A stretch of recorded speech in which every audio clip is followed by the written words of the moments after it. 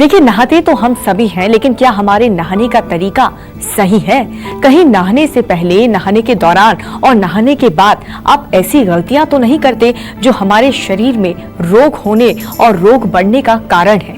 चलिए, सेहतमंद रहने के लिए आज संजीवनी में नहाने का आयुर्वेदिक तरीका जानते हैं डॉक्टर चौहान से।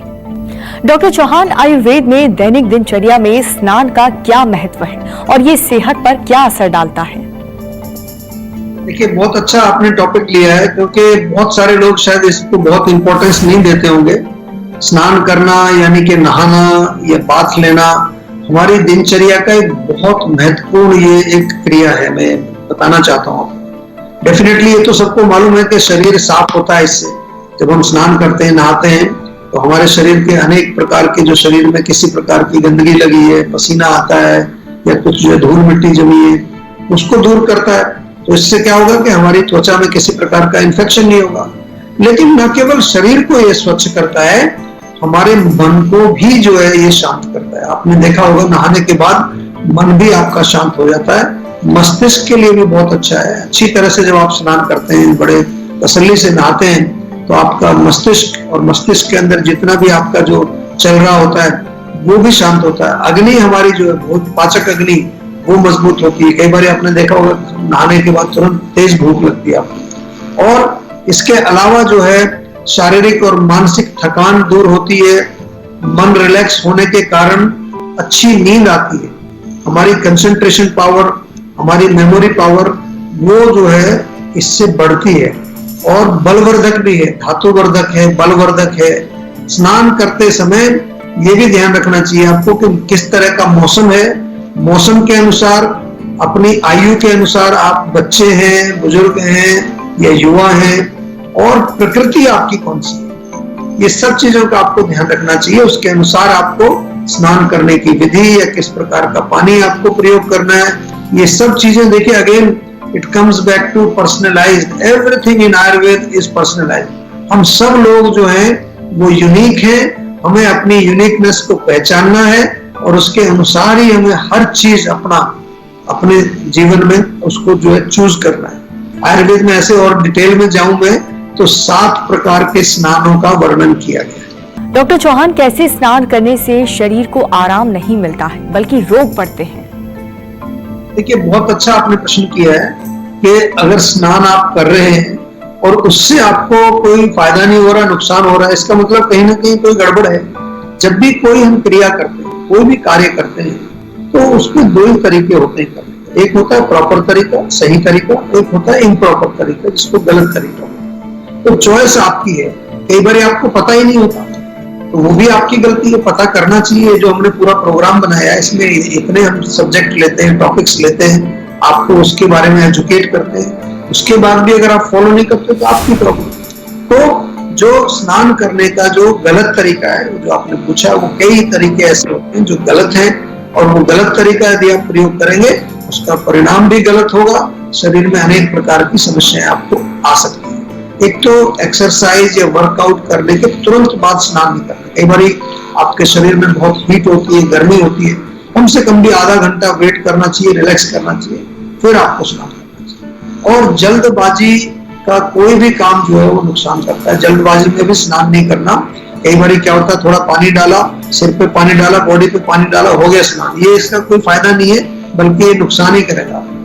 बिना शौच के, यानी कि बिना सुबह टॉयलेट जाए, बिना मोशन क्लियर हुए, पेट साफ किए बिना स्नान नहीं करना चाहिए। अगर करेंगे तो आपके सिर में हैवीनेस रहेगी, बॉडी में हैवीनेस रहेगी। बहुत सारे लोग हैं ऐसे जो सुबह टॉयलेट जाते नहीं और नहा धो करके निकल आते हैं। कुछ लोग रात को स्नान करते हैं, सुबह स्नान नहीं करते। ये भी बड़ा गलत तरीका है। रात को सोने से पहले बेशक स्नान करिए, लेकिन सुबह भी आपको नहाना जरूरी होता है। भोजन के तुरंत बाद भी नहीं नहाना चाहिए। कई बार आपने रात को डिनर खाया, गर्मी बहुत है, उसके बाद तुरंत आप नहाने चले गए, क्योंकि जब खाना हम खा लेते हैं तो हमारी सारी एनर्जी पेट की तरफ डाइवर्ट होती है पचाने के लिए। अगर आप नहाएंगे तो उसमें डिस्टर्बेंस होगा। और ऐसा भी नहीं होना चाहिए कि एकदम सुबह जैसे ही सो के उठे सीधा जाके नहा लिया। तुरंत जो है, जब सोने के बाद, ये दोपहर को भी अगर आप सो रहे हैं, ऐसे तो दिन में सोने के लिए मना करते हैं, तो सो करके जब उठते हैं तुरंत नहीं रहना चाहिए। थोड़ा, क्योंकि बॉडी हमारे डिफरेंट मोड में है, उस मोड को चेंज होने में थोड़ा सा उस गियर को बदलने में थोड़ा टाइम लगता है और फिर हमें उसके बाद स्नान करना चाहिए। तो ये थोड़े से तरीके हैं, इनको समझ लीजिए और किस प्रकार से कब कैसे स्नान करना है इसका भी थोड़ा आपको थोड़ा विस्तार से समझाएंगे, ध्यान से सुनिए। डॉक्टर चौहान, क्या जिस पानी से नहा रहे हैं उसका तापमान भी सेहत पर अच्छा या फिर बुरा असर डाल सकता है? जी बिल्कुल बिल्कुल डाल सकता है, क्योंकि जो स्नान करते हैं वे जो नहाते हैं तो नहाने का समय और कौन सा सीजन है या हमारी प्रकृति कौन सी है इसका ध्यान रखना बहुत जरूरी है। सुबह प्रातः, जैसा मैंने कहा कि सुबह स्नान करना चाहिए, प्रातः स्नान करना चाहिए शौच के इत्यादि के बाद, और अगर हो सके तो सूर्योदय होने से पहले, सनराइज से पहले अगर आप स्नान कर ले।